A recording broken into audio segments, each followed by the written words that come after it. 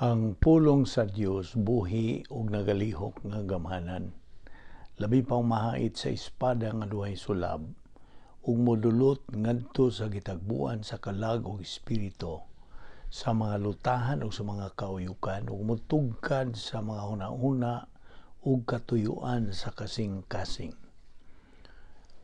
All Scripture is God-breathed and is profitable for doctrine, for reproof, for correction, for instruction in righteousness, that the man of God might be mature, thoroughly furnished unto all good works. Study to show thyself approved unto God, a workman that needeth not to be ashamed, rightly dividing the word of truth. We live in a day where biblical truth is considered hate speech even among those who profess Christ. It is loving to tell the truth, no matter how much it may hurt the hearers. The harvest truly is plenteous, but the laborers are few. Pray ye therefore the Lord of the harvest, that he will send forth laborers into his harvest. And let us not be weary in well-doing, for in due season we shall reap, if we faint not. I am the light of the world. He that followeth me shall not walk in darkness, but shall have the light of life. For I know the thoughts that I think toward you, saith the Lord, thoughts of peace and not of evil, to give you an expected end. Always give yourselves fully to the work of the Lord, because you know that your labor in the Lord is not in vain. As we labor in the Lord faithfully, we wait patiently on the Lord, who makes things grow. For I am not ashamed of the gospel of Christ, for it is the power of God unto salvation to every one that believeth, to the Jew first, and also to the Greek. For therein is the righteousness of God revealed from faith to faith, as it is written, the just shall live by faith. And my people who are called by my name humble themselves and pray and seek my face and turn from their wicked ways. Then I will hear from heaven, will forgive their sin, and will heal their land. My son, do not forget my teaching, but let your heart keep my commandments. For length of days and years of life and peace they will add to you. How happy are those who hear the word of God and obey it. The next few moments are devoted to silent prayer. Hilo mga pagampo ang atong pagabuhaton nining mga gutlua sa di pa kita magasugod sa atong pagpadayon sa pagtuon sa pulong sa Dios ning adlaw. Ug alang kanimo Kristiyanon gikinahanglan nga ikaw magagamit sa prinsipyo sa Juan 1:9. 1 John 1:9 says, if we confess our sins, God is faithful and just to forgive us our sins and to cleanse us from all unrighteousness. Human imubuhata ka na, ikaw panag-iya nimo ang pagkikambitay sa Dios na usab ug ana kay pagpuno sa Espiritu Santo, mapunan ka ug human niya na andam ka na sa pagpadayon sa pagtuon sa pulong sa Dios. Panalang kanimo higala nga wala pa'y Kristo sa imong kinabuhi, gidapit ka sa butang sa imong pagsalig, imong pagtuo nganha kang Ginoong Jesucristo. Believe on the Lord Jesus Christ, and thou shalt be saved. Aron ikaw makasalmo to sa nining atong pagabuhaton nga pagtuon sa pulong sa Dios. Busa andamtas tong kaugalingon pinagi sa pag-ampo sa hilom nga paagi. Magampo kita.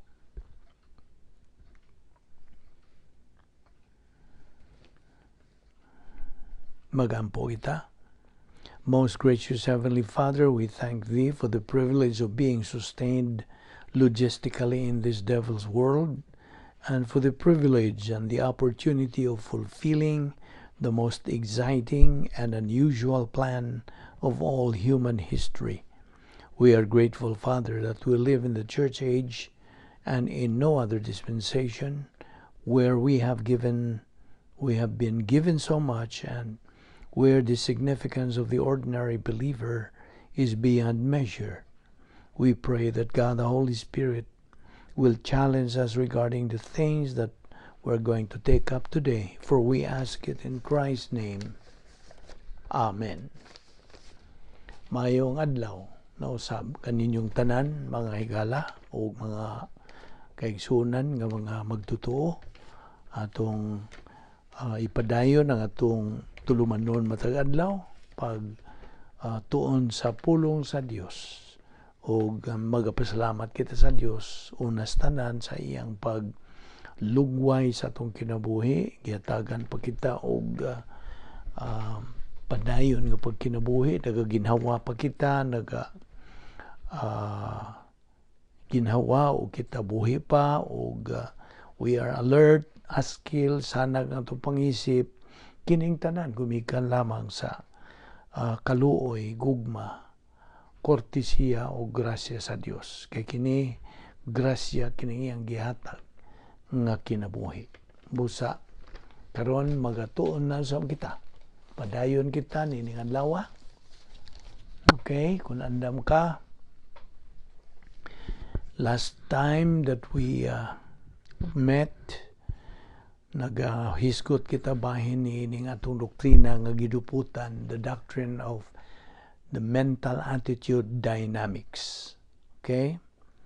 So, alang kanimo Kristohanon, this is addressed to you as a believer. That kita gimanduan sa Dios human kita maluwas sa pag tuon sa iyang pulong. Segundo Pedro 3:9 nagaingon, but grow in grace and in the knowledge of our Lord and Savior Jesus Christ. So kana ang mando nga kita patubuon sa atong kalag. Unsaon? Pinagis pagpakaon nini, pagtuon sa pulong sa Dios, o kining pagtuon na dili kay siniman na binuan o tinuig, kundili adlaw-adlaw. Ngano adlaw-adlaw? Tungod kay kita, we are struggling pa as believers. Struggling gani sa padayon, sa paggunit niya ng Diyos nun nga pangunahuna, the divine viewpoint. Nag-struggle kita nga dili kita mahog na usab, madakinas na usab sa pagbaton og mga hunahunang tawhanon o kalibutanon. Kay there is a fight, there is a conflict between two viewpoints, human viewpoint versus divine viewpoint. Human viewpoint, ang mga pangunahunang tawhanon kalibutanon, batok sa Diyos nun nga pangunahuna, nga mao ang gitawag sa in English og divine viewpoint. O kini gi-describe sa pulong sa Dios nga 1 Corinthians 2:16 nga nagaingon, kini ang huna-huna ni Ginoong Hesukristo. So, huna-huna ni Ginoong Hesukristo, huna-huna sa Dios, kini atong gitun-an dinhi. Now, kita ang mga magtutuo, mo na kung gingon nimo, nag-struggle kita, paningkamot sa pag-maintain niya ng atong gikupta na nga baruganan. Kay baruganay na mungod ning panahon na. Kay aniya na kita sa mga katapusang mga adlaw. O kining buta sa bot nga katapusang mga adlaw nga the church age, kay mao man kini ang gihuwat nga sa panahon nga abot na kita sa gidaghanon sa mga magtutuo dinis kalibutan. That's the time nga kuhaon na kitang tanang mga magtutuo gikan dinhi sa kalibutan during the pagsakgaw, sa Bisaya rapture sa in English. Sumaw ka na ang atong blessed hope, atong look forward as believers nga mo kining mahitabo anytime, okay? Wa mang gyud nooy gi-specify nga adlaw o panahon nga mahitabo kining rapture, but there is that doctrine of imminency nga naa kanunay. Okay? So we will not touch on that yet. This is not our topic. Ang atong dinhi mao ang mental attitude dynamics. Okay. So kita patubuon sa atong kalag. Hangtod makabot na to ang tumoy o ang atong kinatumyan nga tumong common goal of every believer, which is spiritual maturity. Naibawa naman ka sa a level of spiritual growth. Una, baby believer. Sunod, unsay sunod ang imong pagkabayong-bayong. Okay? Hangtod nga makabot na nimo ang spiritual maturity, which is the stage of capacity for life. Okay? So, balik ko na kung level of spiritual growth, baby believer and adolescent believer, o hangtod ang spiritual maturity nga mao ang paghimaya na nato sa Dios. Kay kita bubuan naman siya sa iyang panalangin, bubo naman siya kanato, kay doon na naman tayo katakos sa pagdawat niya na og siya mahimaya niya ng dapita. Okay? So patubuon kita. Now, the only way a believer can function as a believer is only through his own mental attitude filled with metabolized Bible doctrine. Maura, mao bitaw na patun-on lagi tas pulong sa Dios, aron nga pulong sa Dios mao nay maunsa, mao nay mo saturate, mao nay mo lukop sa atong pangisip, and it will be circulating in the stream of consciousness, ingon nga mga magtotoo. Kaya ang usa ka magtotoo nga why doktrina, why pulong sa Dios sa iyang kalag, in his mental attitude, makes the Holy Spirit powerless to move in that believer's life. Dili gyud makalihok ang Espiritu Santo sa iyang papel, ang iyang buluhaton o inta, ang iyang his role, sa role kining balaang Trinidad, doon naman sila kaugalingong role o papel. Like God the Father's function is the author of the plan of salvation. God the Son is the executor of the plan of salvation. And God the Holy Spirit is the executor of the plan of salvation. So mo ka na ang Holy Spirit dili maka-function sa iyang buluhaton nga sa usa ka magtuo kung kanang mao magtotoo why doktrina.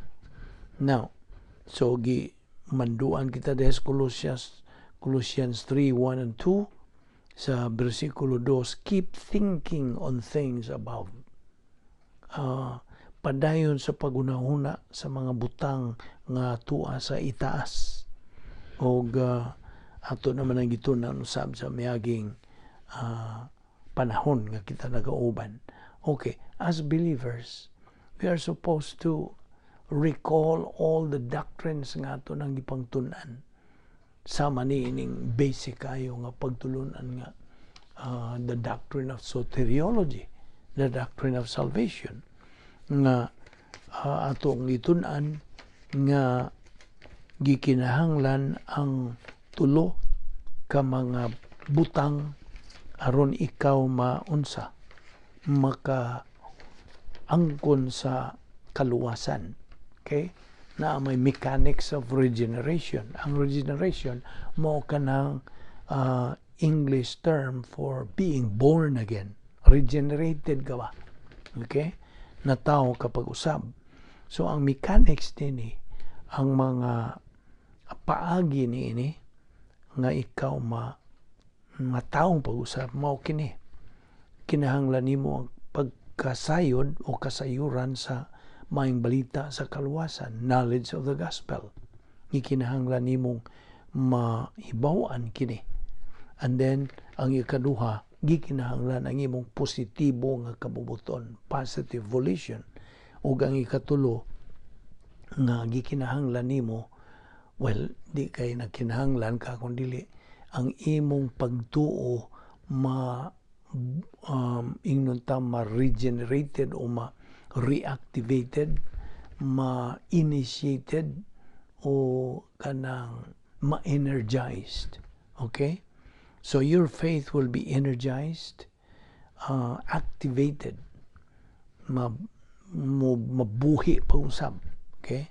Kay by the way, ang tanang tao nga mahimugso ning kalibutan, we are considered dead spiritually, although physically alive. Kaya nga naman, tungod kini sa nahitabo dito sa Hardin sa Eden, ang atong unang ginikanan, sa laglag nila, umikan silang pagsupil sa gidili nga sa Dios nga kahoy din ang bunga niya na mong bunga sa pagkasayod sa mayong dautan, the tree of the knowledge of good and evil. So pagkalaglag nila, ning tapot dayon ang unsa, ang atong old nature og ang unsa, ang sala nga original ni Adan, nila ni Adan ug iba. So napahiran kita na ingnon ta naangin ba, ingnon lang nato, naangin kitang tanan. Kaya ato mangginikanan. So na panunod nato kadtong ilang sala, mao na giingon kung ikaw kondenado, if you are judged, you need these you need this formula. Adam's original sin plus old sin nature equals spiritual death. Mao kana ang formula nga usa ka tawo makondenado, mahukman. Okay? He will be judged because he has Adam's original sin, he has the old sin nature, and he has equals. Ang equals na mo ang spiritual death. Patay ka spiritual. So mao na kinahanglan ang imong pagtuo nga mabuhi pag-usab. Pinagi sa imong pagdawat sa mayong balita sa kaluwasan. Unsa mang mayong balita sa kaluwasan, tumuo ka kang Ginoong Hesus ug ikaw maluwas. Mga buhat 16:31. Og unsa pa, napay gisulti diha sa Acts 4:12. Neither is there salvation on any other under heaven given among men whereby we must be saved. Pinagi lamang kang Ginoong Kristo nga kita maluwas. So niya nang higayon nga ikaw mo tuo kang Ginoong Kristo, mo dawat kaniya nga imong personal nga manluwas, ang imong pagtuo mabuhi, energized and activated. Okay? So mao kana ang mechanics of regeneration. O di man ikantong mensahe, simple kayo mensahe, yano kayo, believe or burn. Believe and go to heaven, burn, go to the lake of fire. You see? O nasayod naman ta sa unsay dangatan sa usa ka dili magtotoo o ang dangatan sa magtotoo. Now, ang usa ka dili magtotoo, ang tao nga mosalikway, mo reject sa maayong balita sa kaluwasan, who rejects Christ as Savior, is his own worst enemy. What's the worst conceivable way to die? Unsa? Unsay kinagrabihang matang sa pagkamatay? Ang pagkamatay ba cancer o pagbuno o unsa? Mao ba? No. It is to die as an unbeliever. Kung mamatay nga kaingon nga dili magtotoo, kay ang mga dili magtotoo are eternal losers. Dayo na sila nga mga pildiro. Now, kini sila, muadto sila inig kamatay nila, muadto ni sila sa unsa.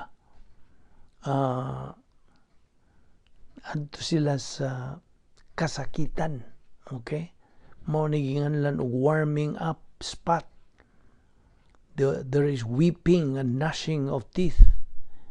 Diha anang lugara ang ilang naging destino, ultimate destiny sa mga dili magtotoo. Mao na nga horrible kining pagkamatay nga dili magtotoo. Kaya nga naman, Then the lake of fire mao kanang destino ni Satanas o mga demonyo, giandam na sa Dios nila, mao ni destino nga dili unta sa tao, apan kay ang tao na nahisalaag man o nalaglag man, then mukuyog sila niya nang dapita nga there is total darkness forever, there is total frustration forever, there is total exasperation, anger forever, there is hunger and thirst forever, there is suffering forever, there is no more escape, di na kang ka-eskapo, there is total misery forever, and there is total regrets forever. Mo ka na unsa ka ngilngig ka grabe kanang dapita. Whereas ang mga magtutuo, ikaw magtutuo ang nagpaminaw ding atong pagtuon, you believers, adto kamo sa dapit dihang gi hulagway diha sa pinadayag 21:4, Revelation 21:4, you will be face to face with the Lord. There is you will be in a place of no more pain, no more suffering, wa nay sakit, wa nay pag-antos, wa nay luha, wa nay kaguol, wa nay kamatayon, because the old things are passed away. Ug mao kanang langit, heaven, because in heaven there is fullness of happiness forever. Matud pa kana sa Salmo 16:11. So papilion ta, mientras buhi pa taning atong lawas, papilion ta sa Ginoo, papilion ta niya. Asa may mong gustong adtuan, diyan na may hong giandam para nimo langit, sunda lang ang akong mando aron ka makaari diri. Unsay akong mando? Tumuo ka kang Ginoong Hesus ug ikaw maluwas. Faith alone in Christ alone. Wala, ayaw na dugangi. Ayaw dugangi mga buhat, unsan na diha, kay di na mag-post. Ang Diyos nagaingon nga, tuuhi lang. Ang akong bugtong anak kay namatay siya dito sa krus para sa pagtubo sa imong mga sala. Namora na imong buhaton. Mutuo ka nga siya ay namatay dito sa krus tungod sa imong mga sala. Once you believe in Him, you are saved. I keep my word, matud pa sa Dios. Iyang tumanon ka ng iyang saan. Believe on the Lord Jesus Christ and thou shalt be saved. Kung sa pagisulti diya sa Juan 3:3 o Juan 3:7, gawas ko ng tao magpakatao pag-usab dili siya makakita sa gingarian sa Dios. Okay? Diya sa John 3:36, he who believes in the Son there is the Lord Jesus Christ. He who believes in the Son has life. Kanang life there is eternal life. He who does not believe in the Son does not have life, but the wrath of God abides on him. Unsa man ang wrath? Kapungot sa Dios magpabilin diha kaniya. Kanang description ng kapungot sa original, mao na ang lake of fire. Mao nang sinultihan sa kadaghanan impyerno. But that is the lake of fire. Mao kanang destino sa mga demonyo ni Satanas, mga demonyo, ug adto ang mga dili magtotoo. So, pupilion kita while we are still alive. Og imo mang na natun-an na usab, nahibaw na kamay tungod sa pasyon ni Ginoong Jesucristo nga iyang agian, agi sa iyang pagpadung sa cross, sa pagtubos kanato sa atong mga sala. Og mao kaning akong tukbil bahin sa Doctrine of Soteriology, Doctrine of Salvation, ang doktrina sa kaluwasan, nga labing mainungdanon nga masayran kini sa atong mga kaigsoonang mga Kristiyanon o usab sa mga dili pa magtotoo labaw na. Kay mao kini ang angay nilang makatunan aron sila kat-on sa kasayuran unsaon pagkaluwas. Kay mao man kini ang paagi sa Dios nga kita maluwas lamang pinaagi sa atong pagsunod sa iyang mando nga pagtuo kang Ginoong Jesucristo o kita maluwas. So timan na nato nga duha ka klase nga pangunahuna ang nagaatbang karon. Pangunahunang tawhanon o pangunahunang Diosnon. Mental attitude. Now, every believer faces a mental attitude struggle every moment of every day between human viewpoint and divine viewpoint. Mao na nga ato kining ipadayon sa sunod na sa mga higayon o ayaw si Piata ang subay nini sa sunod nga sumpay nining atong pagtuon bahin sa the doctrine of mental attitude dynamics. Magampo kita. Amahan namong Dios, nagpasalamat kami kanimo sa imong gitudlo kanamo nining adlaw bahin sa kamayungdanon sa